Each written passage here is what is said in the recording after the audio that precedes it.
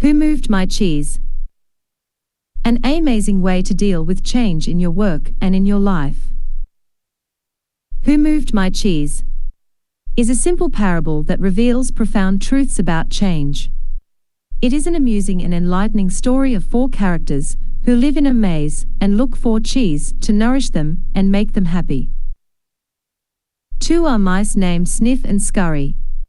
And 2 are little people, beings the size of mice who look and act a lot like people. Their names are Hem and Haw. Cheese is a metaphor for what you want to have in life, whether it's a good job, a loving relationship, money, a possession, good health, or spiritual peace of mind.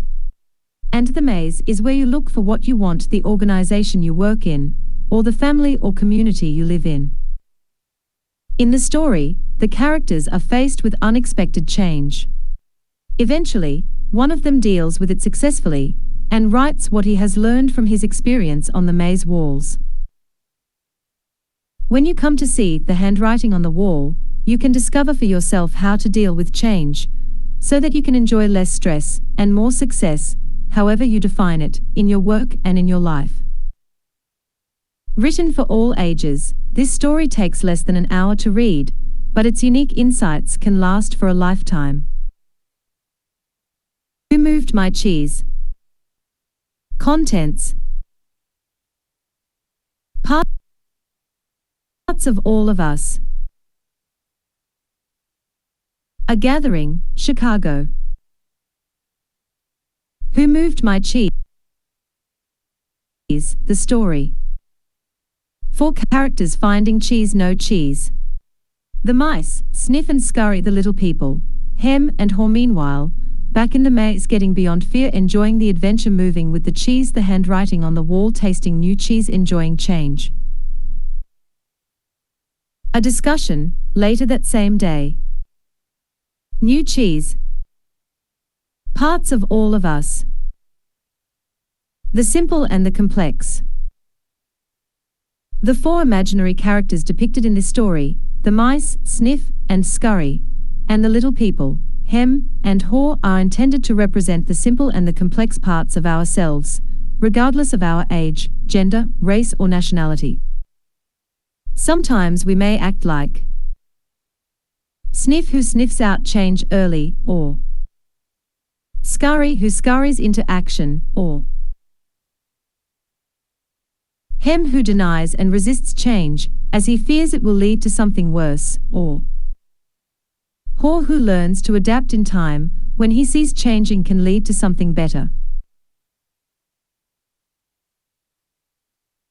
Whatever parts of us we choose to use, we all share something in common, and need to find our way in the maze and succeed in changing times. A gathering, Chicago. One sunny Sunday in Chicago, several former classmates, who were good friends in school, gathered for lunch, having attended their high school reunion the night before. They wanted to hear more about what was happening in each other's lives. After a good deal of kidding and a good meal, they settled into an interesting conversation. Angela, who had been one of the most popular people in the class, said, "Life sure turned out differently than I thought it would when we were in school. A lot has changed." "It certainly has," Nathan echoed. They knew he had gone into his family's business, which had operated pretty much the same, and had been a part of the local community for as long as they could remember. So, they were surprised when he seemed concerned. He asked, "But, have you noticed how we don't want to change when things change?" Carla said, "I guess we resist changing, because we are afraid of change." "Carlos, you were captain of the football team," Jessica said. "I never thought I'd hear you say anything about being afraid." They all laughed as they realized that although they had gone off in different directions, from working at home to managing companies, they were experiencing similar feelings. Everyone was trying to cope with the unexpected changes that were happening to them in recent years. And most admitted that they did not know a good way to handle them. Then Michael said, "I used to be afraid of change. When a big change came along in our business, we didn't know what to do. So we didn't adjust and we almost lost it. That is, he continued, until I heard a funny little story that changed everything. How so? Nathan asked. Well, the story changed the way I looked at change, from losing something to gaining something, and it showed me how to do it. After that, things quickly improved, at work and in my life. At first I was annoyed with the obvious simplicity of the story because it sounded like something we might have been told in school. Then I realized I was really annoyed with myself for not seeing the obvious and doing what works when things change. When I realized the 4 characters in the story represented the various parts of myself, I decided who I wanted to act like and I changed. Later, I passed the story on to some people in our company and they passed it on to others, and soon our business did much better, because most of us adapted to change better. And like me, many people said it helped them in their personal lives. However, there were a few people who said they got nothing out of it. They either knew the lessons and were already living them, or, more commonly, they thought they already knew everything and didn't want to learn.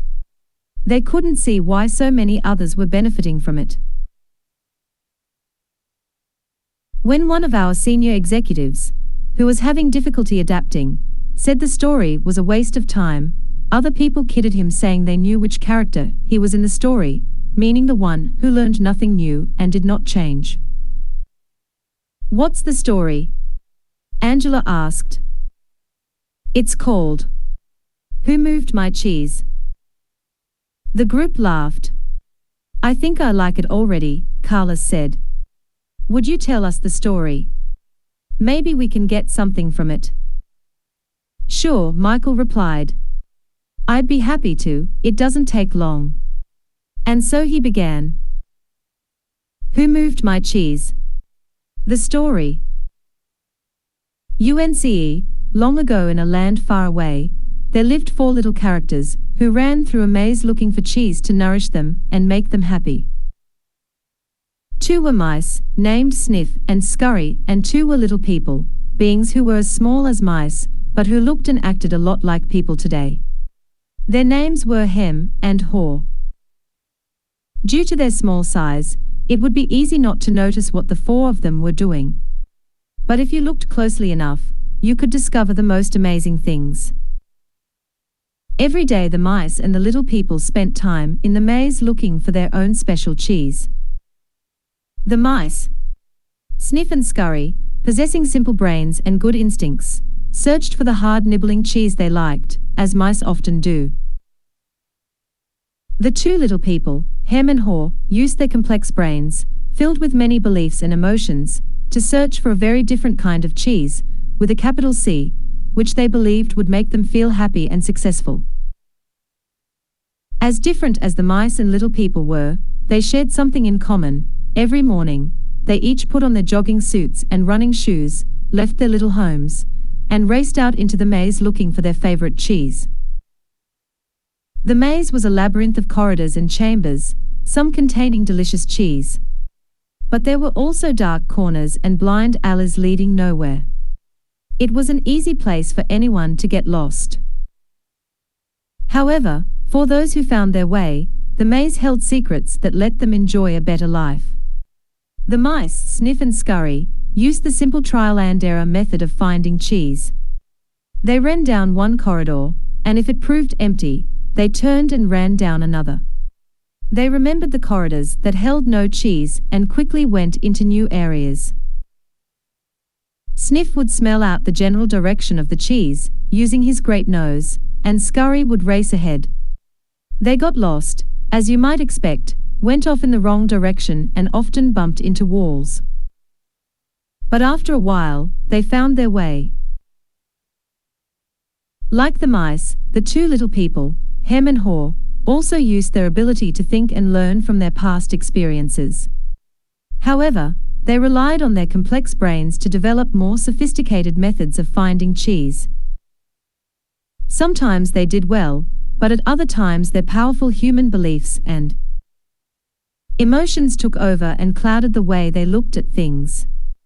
It made life in the maze more complicated and challenging. Nonetheless, Sniff, Scurry, Hem and Haw all discovered, in their own way, what they were looking for. They each found their own kind of cheese one day at the end of one of the corridors in Cheese Station C. Every morning after that, the mice and the little people dressed in their running gear and headed over to Cheese Station C. It wasn't long before they each established their own routine. Sniff and Scurry continued to wake early every day and race through the maze, always following the same route. When they arrived at their destination, the mice took off their running shoes, tied them together, and hung them around their necks, so they could get to them quickly whenever they needed them again. Then they enjoyed the cheese. In the beginning, Hem and Haw also raced toward Cheese Station C every morning to enjoy the tasty new morsels that awaited them. But after a while, a different routine set in for the little people. Hem and Haw awoke each day a little later, dressed a little slower, and walked to Cheese Station C. After all, they knew where the cheese was now and how to get there. They had no idea where the cheese came from, or who put it there. They just assumed it would be there. As soon as Hem and Haw arrived at Cheese Station C each morning, they settled in and made themselves at home. They hung up their jogging suits, put away their running shoes and put on their slippers. They were becoming very comfortable now that they had found the cheese. "This is great," Hem said. "There's enough cheese here to last us forever." The little people felt happy and successful, and thought they were now secure. It wasn't long before Hem and Haw regarded the cheese they found at Cheese Station C as their cheese. It was such a large store of cheese that they eventually moved their homes to be closer to it, and built a social life around it. To make themselves feel more at home, Hem and Haw decorated the walls with sayings and even drew pictures of cheese around them which made them smile. One read, "Having cheese make you happy." Sometimes Hem and Haw would take their friends by to see their pile of cheese at Cheese Station C, and point to it with pride, saying, "Pretty nice cheese, hub." Sometimes they shared it with their friends and sometimes they didn't. "We deserve this cheese," Hem said. "We certainly had to work long and hard enough to find it." He picked up a nice fresh piece and ate it. Afterward, Hem fell asleep, as he often did. Every night the little people would waddle home, full of cheese, and every morning they would confidently return for more. This went on for quite some time. After a while, Hem's and Haw's confidence grew into the arrogance of success. Soon they became so comfortable they didn't even notice what was happening. As time went on, Sniff and Scurry continued their routine. They arrived early each morning and sniffed and scratched and scurried around Cheese Station C, inspecting the area to see if there had been any changes from the day before. Then they would sit down to nibble on the cheese. One morning they arrived at Cheese Station C and discovered there was no cheese. They weren't surprised. Since Sniff and Scurry had noticed the supply of cheese had been getting smaller every day, they were prepared for the inevitable and knew instinctively what to do. They looked at each other, removed the running shoes they had tied together and hung conveniently around their necks, put them on their feet and laced them up. The mice did not overanalyze things. To the mice, the problem and the answer were both simple. The situation at Cheese Station C had changed. So, Sniff and Scurry decided to change. They both looked out into the maze. Then Sniff lifted his nose, sniffed, and nodded to Scurry, who took off running through the maze, while Sniff followed as fast as he could. They were quickly off in search of new cheese. Later that same day, Hem and Haw arrived at Cheese Station C. They had not been paying attention to the small changes that had been taking place each day, so they took it for granted their cheese would be there. They were unprepared for what they found. "What? No cheese. Hem yelled. He continued yelling, no cheese. No cheese, as though if he shouted loud enough someone would put it back. Who moved my cheese? He hollered. Finally, he put his hands on his hips, his face turned red, and he screamed at the top of his voice, it's not fair. Haw just shook his head in disbelief. He, too, had counted on finding cheese at Cheese Station C. He stood there for a long time, frozen with shock. He was just not ready for this. Hem was yelling something, but Haw didn't want to hear it. He didn't want to deal with what was facing him, so he just tuned everything out. The little people's behavior was not very attractive or productive, but it was understandable. Finding cheese wasn't easy, and it meant a great deal more to the little people than just having enough of it to eat every day. Finding cheese was the little people's way of getting what they thought they needed to be happy. They had their own ideas of what cheese meant to them, depending on their taste. For some, finding cheese was having material things. For others it was enjoying good health, or developing a spiritual sense of well-being. For Haw, cheese just meant feeling safe, having a loving family someday, and living in a cozy cottage on Cheddar Lane. To Hem, cheese was becoming a big cheese in charge of others and owning a big house atop Camembert Hill. Because cheese was important to them, the two little people spent a long time trying to decide what to do. All they could think of was to keep looking around Cheeseless Station C to see if the cheese was really gone. While Sniff and Scurry had quickly moved on, Hem and Haw continued to hem and haw. They ranted and raved at the injustice of it all. Haw started to get depressed. What would happen if the cheese wasn't there tomorrow? He had made future plans based on this cheese. The little people couldn't believe it. How could this have happened? No one had warned them. It wasn't right. It was not the way things were supposed to be. Hem and Haw went home that night hungry and discouraged. But before they left, Haw wrote on the wall, "The more important your cheese to you, the more you want to hold on to it." The next day Hem and Haw left their homes and returned to Cheese Station C again, where they still expected, somehow, to find their cheese. The situation hadn't changed, the cheese was no longer there. The little people didn't know what to do. Hem and Haw just stood there, immobilized like two statues. Haw shut his eyes as tight as he could and put his hands over his ears. He just wanted to block everything out. He didn't want to know the cheese supply had gradually been getting smaller. He believed it had been moved all of a sudden. Hem analyzed the situation over and eventually his complicated brain, with its huge belief system, took hold. "Why did they do this to me?" he demanded. "What's really going on here?"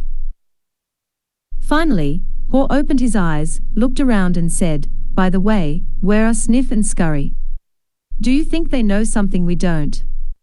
Hem scoffed, "What would they know?" Hem continued, "They are just mice. They just respond to what happens. We are little people. We are smarter than mice. We should be able to figure this out." "I know we are smarter," Haw said, "but we don't seem to be acting smarter at the moment. Things are changing around here, Hem. Maybe we need to change and do things differently." "Why should we change?" Hem asked.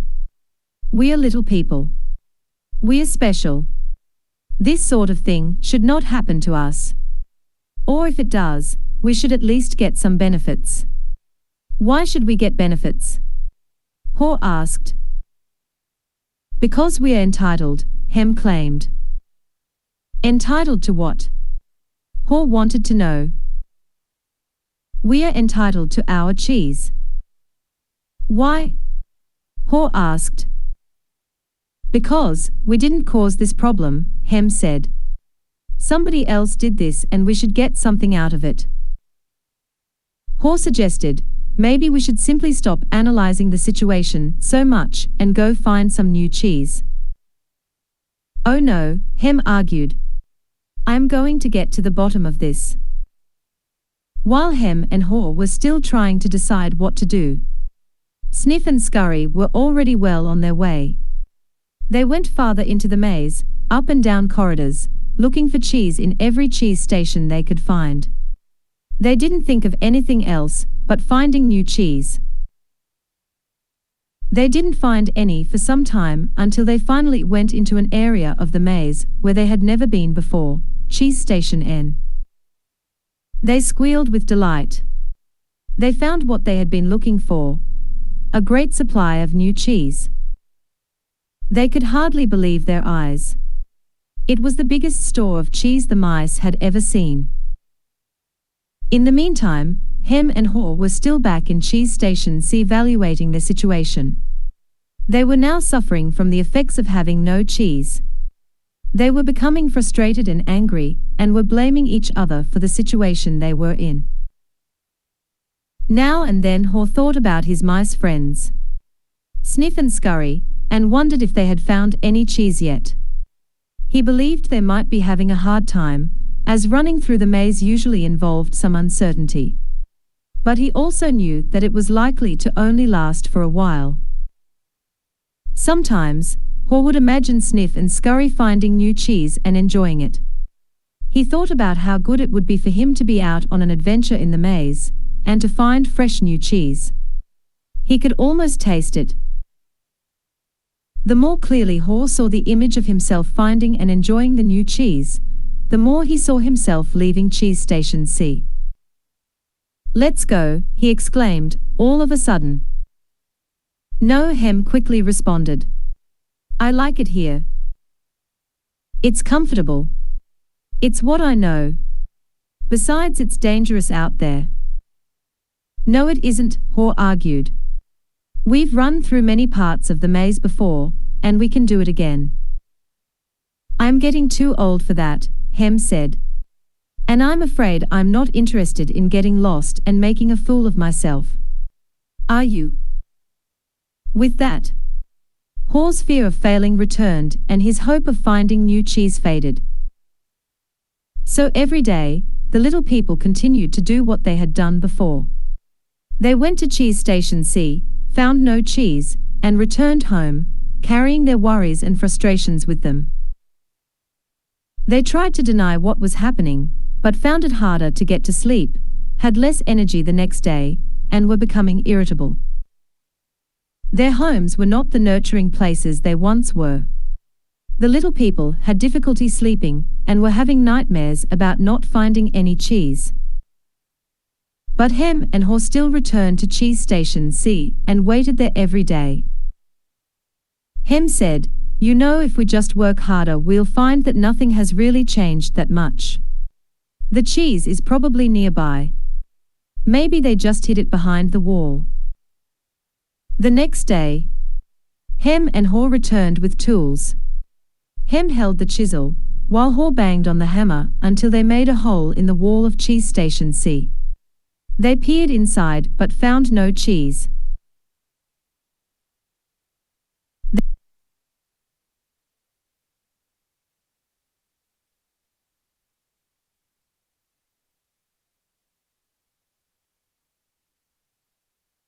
Disappointed but believed they could solve the problem.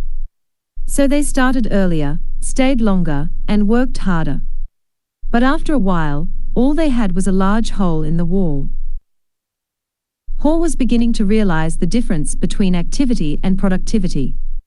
Maybe, Hem said, we should just sit here and see what happens. Sooner or later they have to put the cheese back. Haw wanted to believe that. So each day he went home to rest and returned reluctantly with Hem to Cheese Station C. But cheese never reappeared. By now the little people were growing weak from hunger and stress. Haw was getting tired of just waiting for their situation to improve. He began to see that the longer they stayed in their cheeseless situation, the worse off they would be. Haw knew they were losing their edge. Finally, one day Haw began laughing at himself. Haw, look at us. We keep doing the same things over and over again, and wonder why things don't get better. If this wasn't so ridiculous, it would be even funnier. Haw did not like the idea of having to run through the maze again, because he knew he would get lost and have no idea where he would find any cheese. But he had to laugh at his folly when he saw what his fear was doing to him. He asked Hem, "Where did we put our running shoes?" It took a long time to find them, because they had put everything away when they found their cheese at Cheese Station C, thinking they wouldn't be needing them anymore. As Hem saw his friend getting into his running gear, he said, "You're not really going out into the maze again, are you? Why don't you just wait here with me until they put the cheese back?" "Because you just don't get it," Haw said. "I didn't want to see it either, but now I realize they are never going to put yesterday's cheese back. It's time to find new cheese." Hem argued, "But what if there is no cheese out there? Or even if there is, what if you don't find it?" "I don't know," Haw said. He had asked himself those same questions too many times and felt the fears again that kept him where he was. He asked himself, "Where am I more likely to find cheese, here or in the maze?" He painted a picture in his mind. He saw himself venturing out into the maze with a smile on his face. While this picture surprised him, it made him feel good. He saw himself getting lost now and then in the maze, but felt confident he would eventually find new cheese out there and all the good things that came with it. He gathered his courage. Then he used his imagination to paint the most believable picture he could, with the most realistic details of him finding and enjoying the taste of new cheese. He saw himself eating Swiss cheese with holes in it, bright orange cheddar, and American cheeses, Italian mozzarella, and wonderfully soft French camembert cheese, and then he heard Hem say something and realized they were still at Cheese Station C. Haw said, "Sometimes, Hem, things change and they are never the same again. This looks like one of those times. That's life. Life moves on. And so should we." Haw looked at his emaciated companion and tried to talk sense to him, but Hem's fear had turned into anger and he wouldn't listen. Haw didn't mean to be rude to his friend, but he had to laugh at how silly they both looked. As Haw prepared to leave, he started to feel more alive, knowing that he was finally able to laugh at himself, let go and move on. Haw laughed and announced, "It's maze time." Hem didn't laugh and he didn't respond. Haw picked up a small, sharp rock and wrote a serious thought on the wall for Hem to think about. As was his custom, Haw even drew a picture of cheese around it, hoping it would help Hem to smile, lighten up, and go after the new cheese. But Hem didn't want to see it. It read,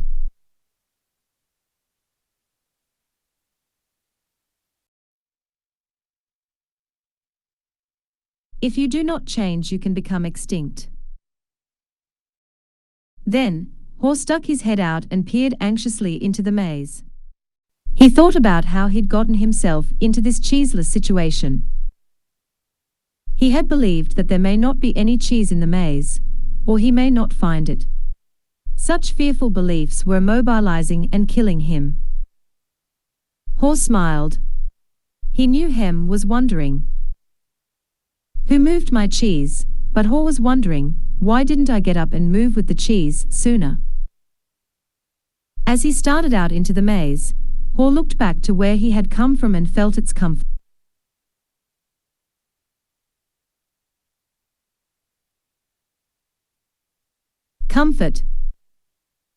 He could feel himself being drawn back into familiar territory, even though he hadn't found cheese here for some time. Haw became more anxious and wondered if he really wanted to go out into the maze. He wrote a saying on the wall ahead of him and stared at it for some time. What would you do if you weren't afraid? When you are afraid things are going to get worse if you don't do something, it can prompt you into action. But it is not good when you are so afraid that it keeps you from doing anything. He looked to his right, to the part of the maze where he had never been, and felt the fear.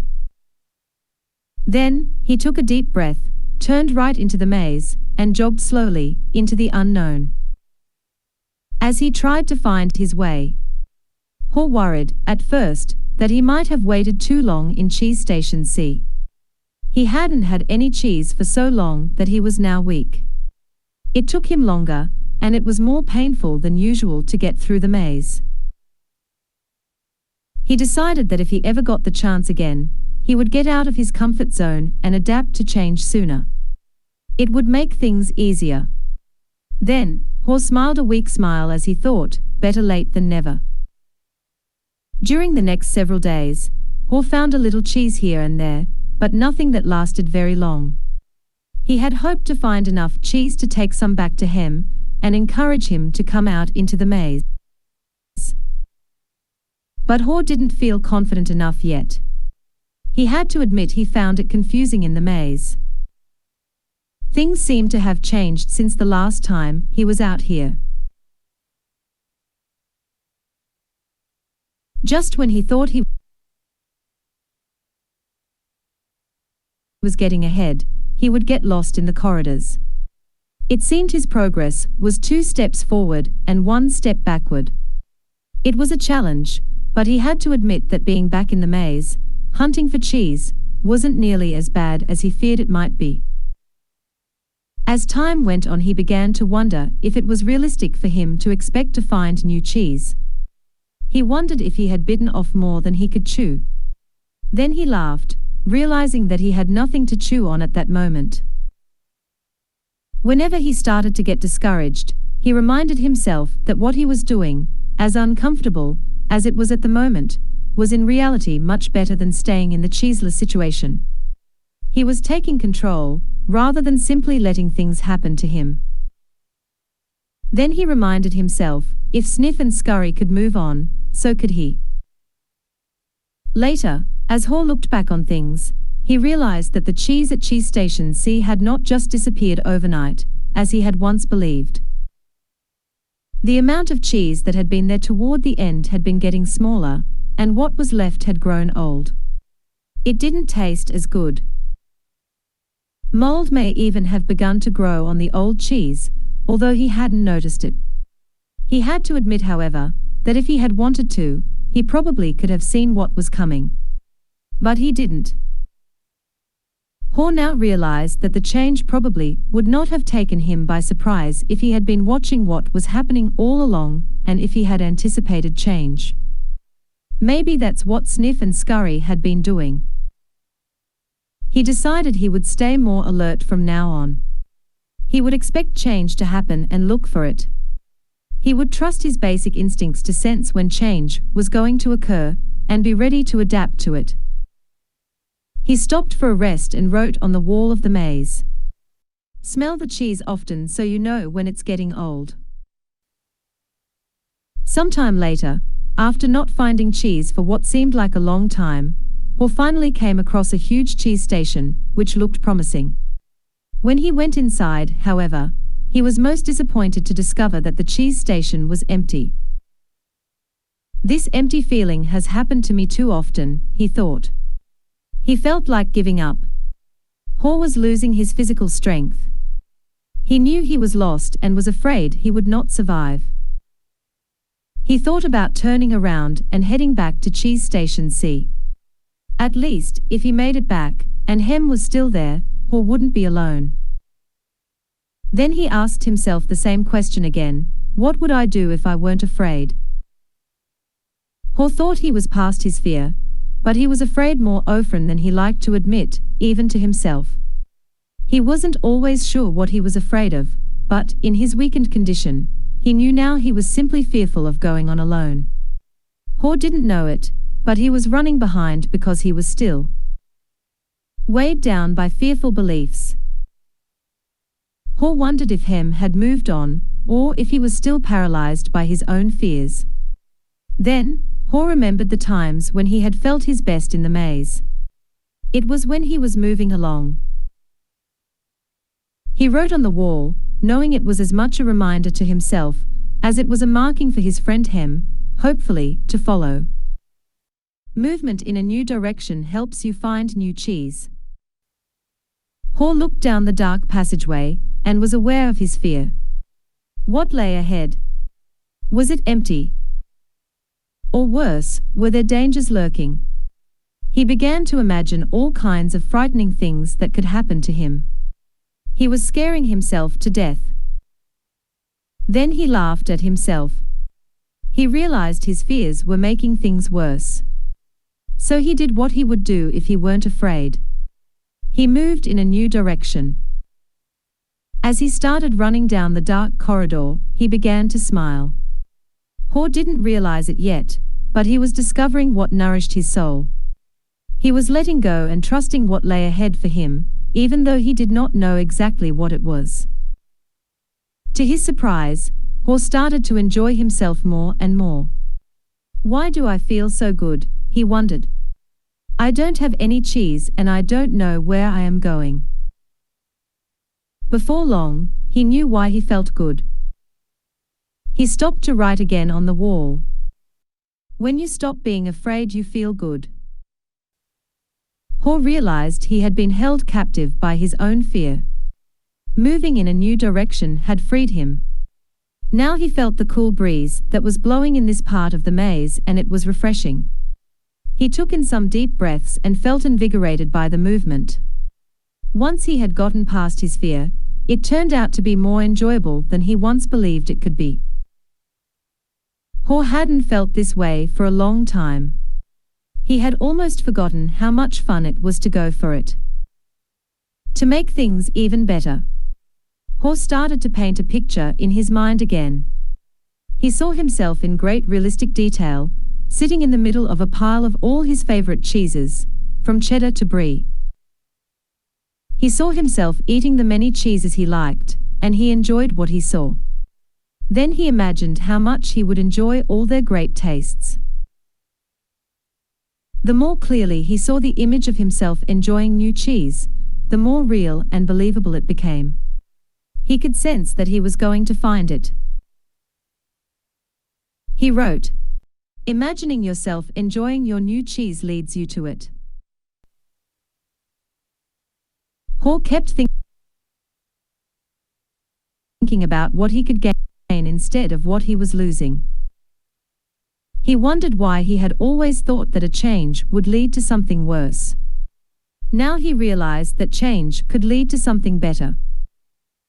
Why didn't I see this before? He asked himself. Then he raced through the maze with greater strength and agility. Before long he spotted a cheese station and became excited as he noticed little pieces of new cheese near the entrance. They were types of cheese he had never seen before, but they looked great. He tried them and found that they were delicious. He ate most of the new cheese bits that were available and put a few in his pocket to have later and perhaps share with Hem. He began to regain his strength. He entered the cheese station with great excitement. But, to his dismay, he found it was empty. Someone had already been there and had left only the few bits of new cheese. He realized that if he had moved sooner, he would very likely have found a good deal of new cheese here. Hor decided to go back and see if Hem was ready to join him. As he retraced his steps, he stopped and wrote on the wall, "The quicker you let go of old cheese, the sooner you find new cheese." After a while Hor made his way back to cheese station C and found Hem. He offered Hem bits of new cheese, but was turned down. Hem appreciated his friend's gesture, but said, "I don't think I would like new cheese. It's not what I'm used to. I want my own cheese back, and I'm not going to change until I get what I want." Hor just shook his head in disappointment, and reluctantly went back out on his own. As he returned to the farthest point he had reached in the maze, he missed his friend, but realized he liked what he was discovering. Even before he found what he hoped would be a great supply of new cheese, if ever, he knew that what made him happy wasn't just having cheese. He was happy when he wasn't being run by his fear. He liked what he was doing now. Knowing this, Ho didn't feel as weak as he did when he stayed in Cheese Station C with no cheese. Just realizing he was not letting his fear stop him, and knowing that he had taken a new direction, nourished him and gave him strength.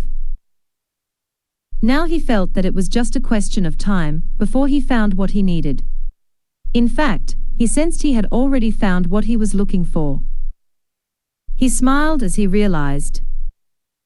It is safer to search in the maze than remain in a cheeseless situation. Ho realized again, as he had once before, that what you are afraid of is never as bad as what you imagine. The fear you let build up in your mind is worse than the situation that actually exists. He'd been so afraid of never finding new cheese that he didn't even want to start looking. But since starting his journey, he had found enough cheese in the corridors to keep him going. Now he looked forward to finding more. Just looking ahead was becoming exciting. His old thinking had been clouded by his worries and fears.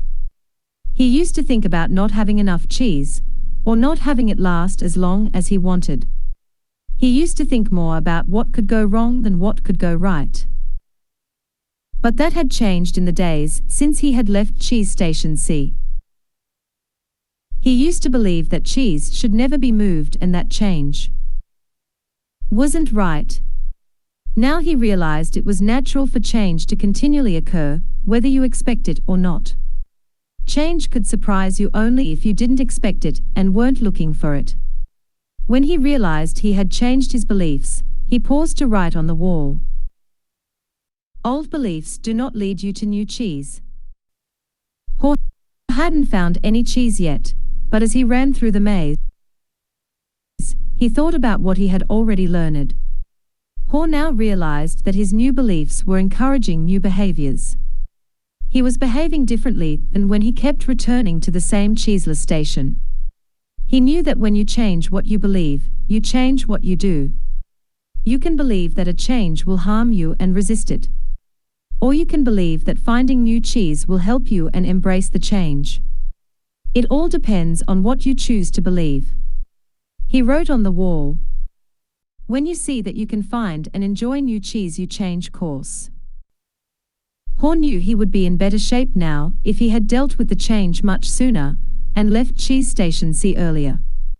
He would feel stronger in body and spirit, and he could have coped better with the challenge of finding new cheese. In fact, he probably would have found it by now if he had expected change, rather than wasting time denying that the change had already taken place.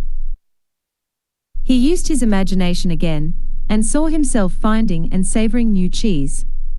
He decided to proceed into the more unknown parts of the maze, and found little bits of cheese here and there. Ho began to regain his strength and confidence. As he thought back on where he had come from, Ho was glad he had written on the wall in many places. He trusted that it would serve as a marked trail for him to follow through the maze, if he ever chose to leave Cheese Station C. Ho just hoped he was heading in the right direction. He thought about the possibility that Hem would read the handwriting on the wall and find his way. He wrote on the wall what he had been thinking about for some time. Noticing small changes early helps you adapt to the bigger changes that are to come. By now, Ho had let go of the past and was adapting to the present. He continued on through the maze with greater strength and speed. And before long, it happened. When it seemed like he had been in the maze forever, his journey, or at least this part of his journey, ended quickly and happily. Ho proceeded along a corridor that was new to him, rounded a corner, and found new cheese at Cheese Station N. When he went inside, he was startled by what he saw.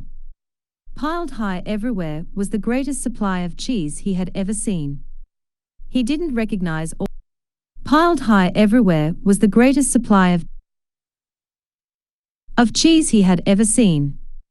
He didn't recognize all that he saw, as some kinds of cheese were new to him. Then he wondered for a moment whether it was real or just his imagination, until he saw his old friends Sniff and Scurry. Sniff welcomed Haw with a nod of his head, and Scurry waved his paw. Their fat little bellies showed that they had been here for some time. Haw quickly said his hellos and soon took bites of every one of his favorite cheeses. He pulled off his shoes, tied the laces together, and hung them around his neck in case he needed them again. Sniff and Scurry laughed. They nodded their heads in admiration. Then Haw jumped into the new cheese. When he had eaten his fill, he lifted a piece of fresh cheese and made a toast. Hooray for change! As Haw enjoyed the new cheese, he reflected on what he had learned.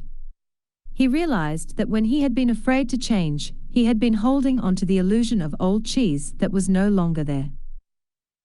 So what was it that made him change? Was it the fear of starving to death? Haw smiled as he thought it certainly helped. Then he laughed and realized that he had started to change as soon as he had learned to laugh at himself and at what he had been doing wrong. He realized the fastest way to change is to laugh at your own folly, then you can let go and quickly move on. He knew he had learned something useful about moving on from his mice friends, Sniff and Scurry. They kept life simple. They didn't overanalyze or overcomplicate things. When the situation changed and the cheese had been moved, they changed and moved with the cheese. He would remember that. Haw had also used his wonderful brain to do what little people do better than mice. He envisioned himself, in realistic detail, finding something better, much better. He reflected on the mistakes he had made in the past and used them to plan for his future. He knew that you could learn to deal with change. You could be more aware of the need to keep things simple, be flexible, and move quickly. You did not need to overcomplicate matters or confuse yourself with fearful beliefs. You could notice when the little changes began so that you would be better prepared for the big change that might be coming. He knew he needed to adapt faster, for if you do not adapt in time, you might as well not adapt at all. He had to admit that the biggest inhibitor to change lies within yourself, and that nothing gets better until you change. Perhaps most importantly, he realized that there is always new cheese out there whether you recognize it at the time or not. And that you are rewarded with it when you go past your fear and enjoy the adventure. He knew some fear should be respected, as it can keep you out of real danger. But he realized most of his fears were irrational and had kept him from changing when he needed to. He didn't like it at the time, but he knew that the change had turned out to be a blessing in disguise, as it led him to find better cheese. He had even found a better part of himself. As Haw recalled what he had learned, he thought about his friend Hem. He wondered if Hem had read any of the sayings Haw had written on the wall at Cheese Station C and throughout the maze. Had Hem ever decided to let go and move on? Had he ever entered the maze and discovered what could make his life better? Or was Hem still hemmed in because he would not change? Haw thought about going back again to Cheese Station C to see if he could find Hem, assuming that Haw could find his way back there. If he found Hem, he thought he might be able to show him how to get out of his predicament. But Haw realized that he had already tried to get his friend to change. Hem had to find his own way, beyond his comforts and past his fears. No one else could do it for him, or talk him into it. He somehow had to see the advantage of changing himself. Haw knew he had left a trail for Hem, and that he could find his way, if he could just read the handwriting on the wall. He went over and wrote down a summary of what he had learned on the largest wall of Cheese Station N. He drew a large piece of cheese around all the insights he had become aware of, and smiled as he looked at what he had learned. Change happens, they keep moving the cheese. Anticipate change. Get ready for the cheese to move. Monitor change. Smell the change often so you know when it is getting old. Adapt to change quickly. The quicker you let go old cheese, the sooner you can enjoy new cheese. Change. Move with the cheese. Enjoy change. Savor the adventure and enjoy the taste of new cheese. Be ready to change quickly and enjoy it again and again. They keep moving the cheese. Ho realized how far he had come since he had been with Hem in Cheese Station C, but knew it would be easy for him to slip back if he got too comfortable. So, each day he inspected Cheese Station N to see what the condition of his cheese was. He was going to do whatever he could to avoid being surprised by unexpected change. While Ho still had a great supply of cheese, he often went out into the maze and explored new areas to stay in touch with what was happening around him. He knew it was safer to be aware of his real choices than to isolate himself in his comfort zone. Then, Ho heard what he thought was the sound of movement out in the maze. As the noise grew louder, he realized that someone was coming. Could it be that Hem was arriving? Was he about to turn the corner? Ho said a little prayer and hoped, as he had many times before, that maybe, at last, his friend was finally able to move with the cheese and enjoy it. A discussion later that same day. When Michael finished telling the story, he looked around the room and saw his former classmates smiling at him. Several thanked him and said they got a good deal out of the story.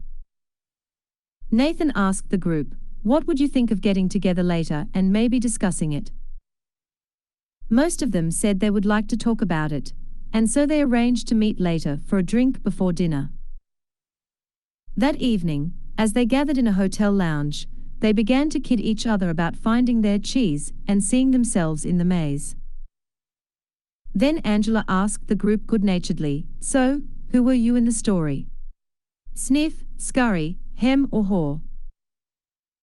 Carlos answered, "Well, I was thinking about that this afternoon. I clearly remember a time before I had my sporting goods business, when I had a rough encounter with change. I wasn't Sniff, one didn't sniff out the situation and see the change early. And I certainly wasn't Scurry, one didn't go into action immediately. I was more like Hem, who wanted to stay in familiar territory. The truth is, I didn't want to deal with the change. I didn't even want to see it." Michael, who felt like no time had passed since he and Carlos were close friends in school, asked, "What are we talking about here, buddy?" Carlos said, "An unexpected change of jobs." Michael laughed. "You were fired." "Well, let's just say I didn't want to go out looking for new cheese. I thought I had a good reason why change shouldn't happen to me. So, I was pretty upset at the time." Some of their former classmates, who had been quiet in the beginning, felt more comfortable now and spoke up, including Frank, who had gone into the military. "Hem reminds me of a friend of mine," Frank said. "His department was closing down, but he didn't want to see it. They kept relocating his people. We all tried to talk to him about the many other opportunities that existed in the company for those who wanted to be flexible, but he didn't think he had to change. He was the only one who was surprised when his department closed. Now he's having a hard time adjusting to the change he didn't think should happen."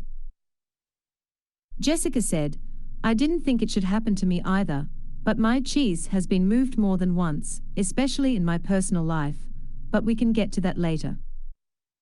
Many in the group laughed, except Nathan. "Maybe that's the whole point," Nathan said. "Change happens to all of us." He added, "I wish my family had heard the cheese story before this. Unfortunately, we didn't want to see the changes coming in our business, and now it's too late, we are having to close many of our stores." That surprised many in the group, because they thought Nathan was lucky to be in a secure business he could depend on year after year. What happened? Jessica wanted to know. Our chain of small stores suddenly became old-fashioned when the mega store came to town with its huge inventory and low prices. We just couldn't compete with that. I can see now that instead of being like Sniff and Scurry, we were like him. We stayed where we were and didn't change. We tried to ignore what was happening and now we are in trouble. We could have taken a couple of lessons from Haw, because we certainly couldn't laugh at ourselves and change what we were doing.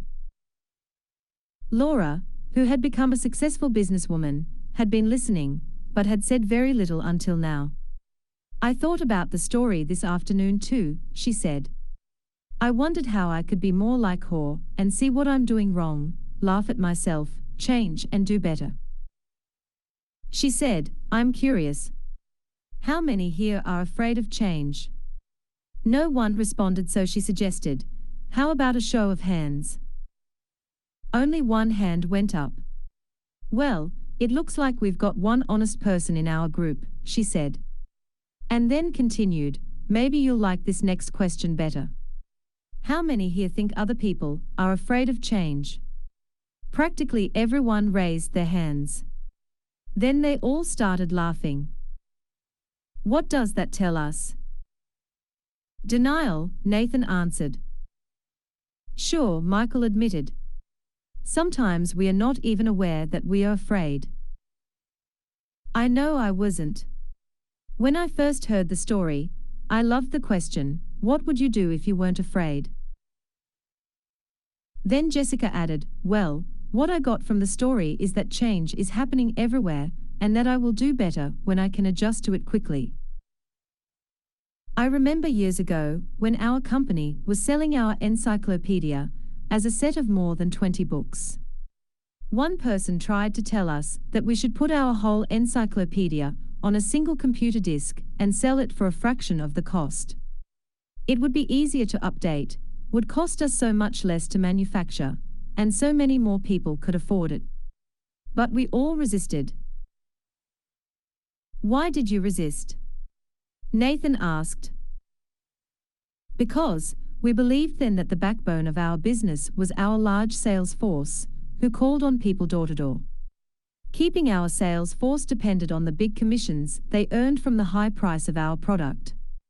We had been doing this successfully for a long time and thought it would go on forever. Laura said, maybe that's what it meant in the story about him and Haw's arrogance of success. They didn't notice they needed to change what had once been working. Nathan said, so you thought your old cheese was your only cheese? Yes, and we wanted to hang on to it. When I think back on what happened to us, I see that it's not just that they moved the cheese, but that the cheese has a life of its own and eventually runs out. Anyway, we didn't change. But a competitor did, and our sales fell badly. We've been going through a difficult time. Now, another big technological change is happening in the industry, and no one at the company seems to want to deal with it. It doesn't look good. I think I could be out of a job soon. It's May's time. Carlos called out. Everyone laughed, including Jessica. Carlos turned to Jessica and said, it's good that you can laugh at yourself. Frank offered, that's what I got out of the story. I tend to take myself too seriously. I noticed how Haw changed when he could finally laugh at himself and at what he was doing.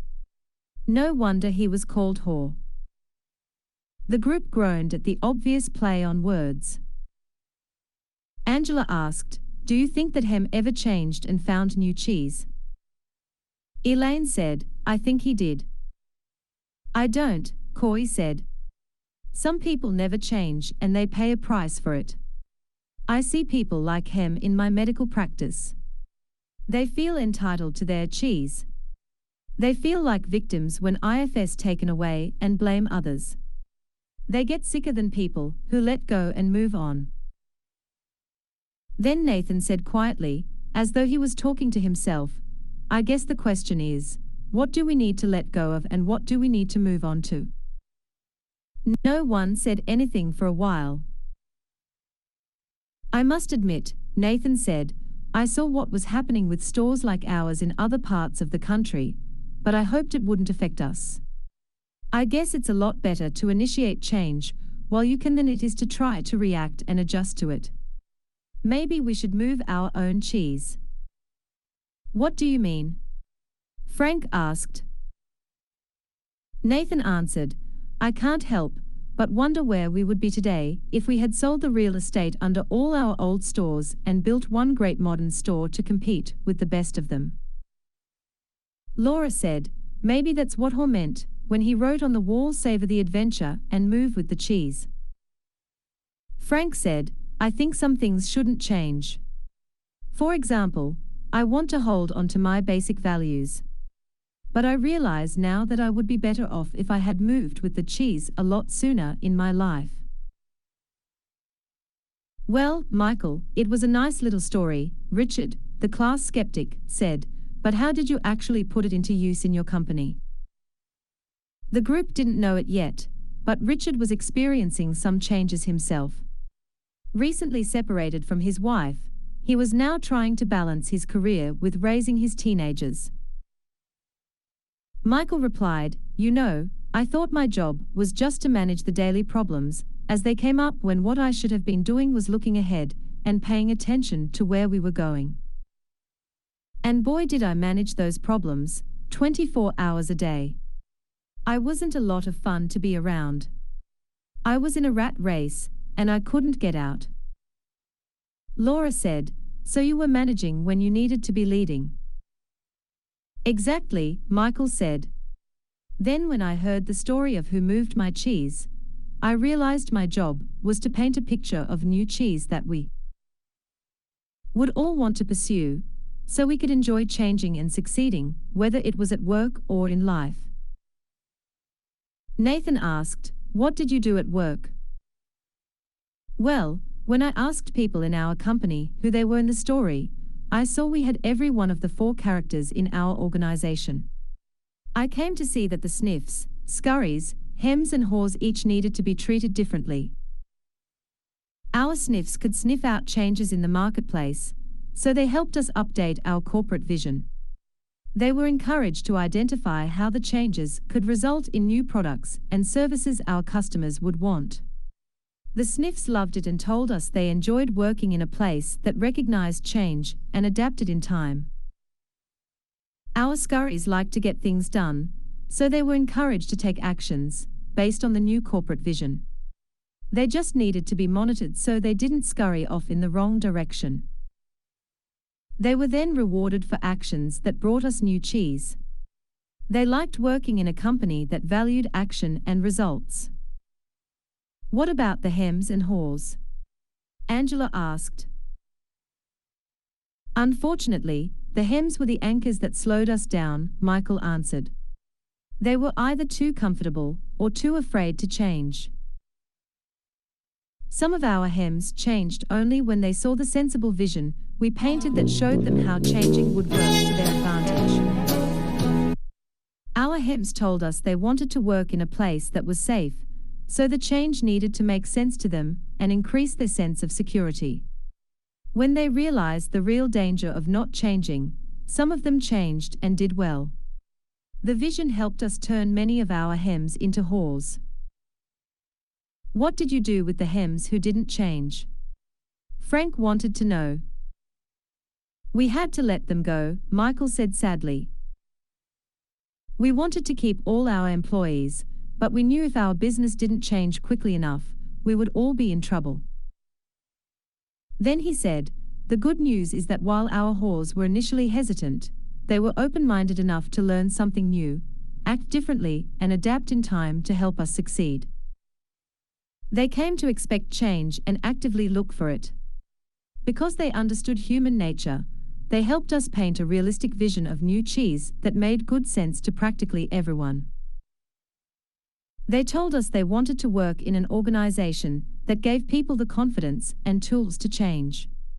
And they helped us keep our sense of humor as we went after our new cheese.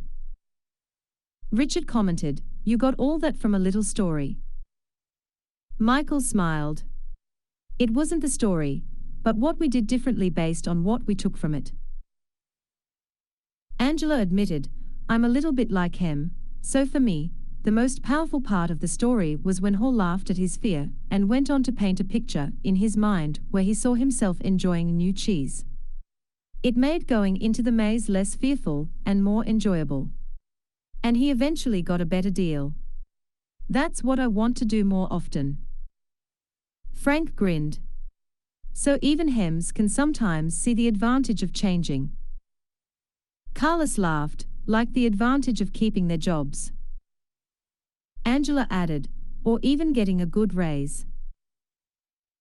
Richard, who had been frowning during the discussion, said, my manager's been telling me our company needs to change. I think what she's really telling me is that I need to, but I haven't wanted to hear it. I guess I never really knew what the new cheese was that she was trying to move us to. Or how I could gain from it.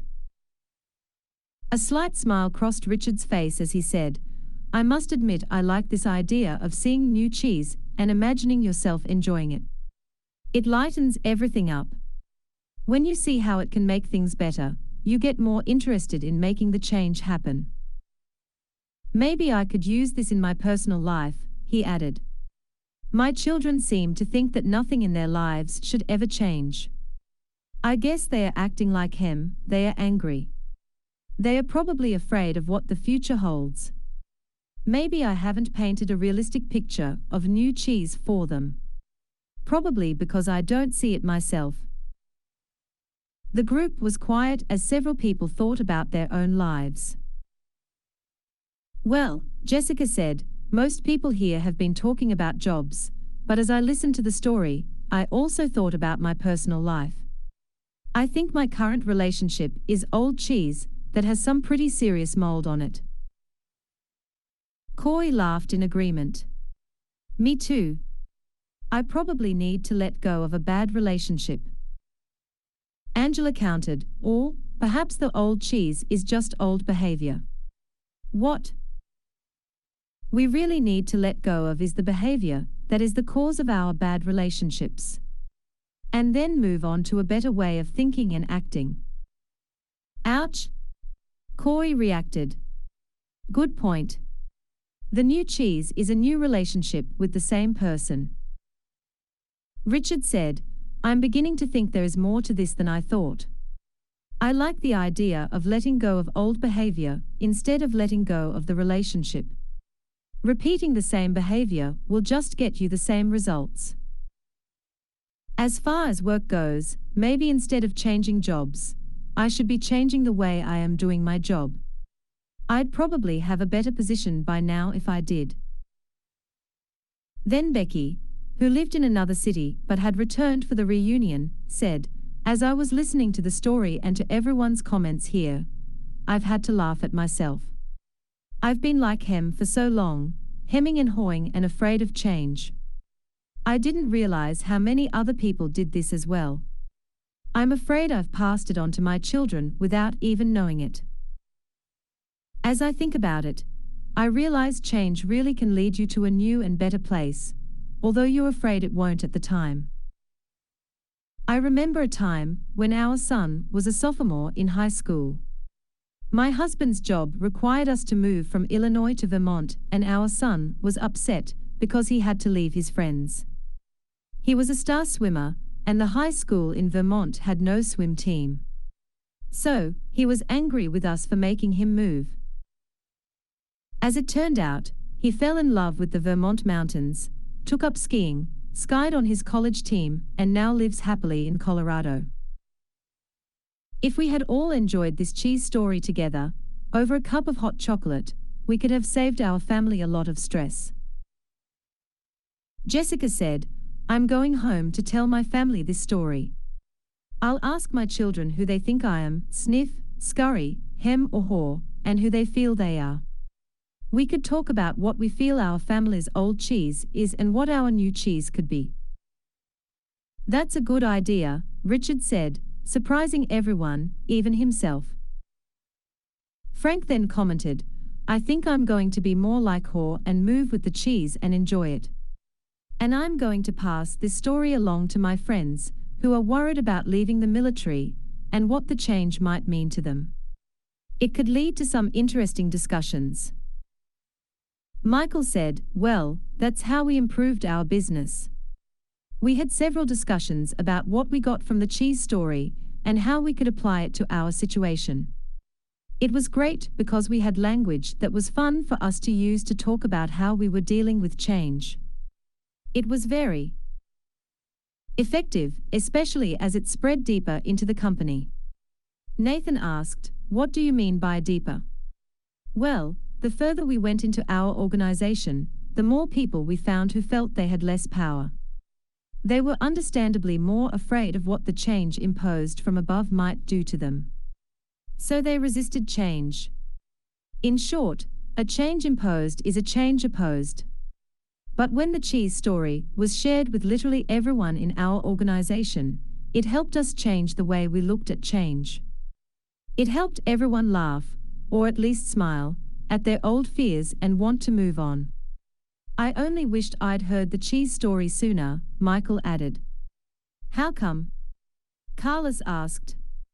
"Because by the time we got around to addressing the changes, our business had already fallen off so badly that we had to let people go, as I said earlier, including some good friends.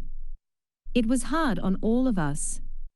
However, those who stayed and most of those who left said the cheese story helped them see things differently and eventually cope better.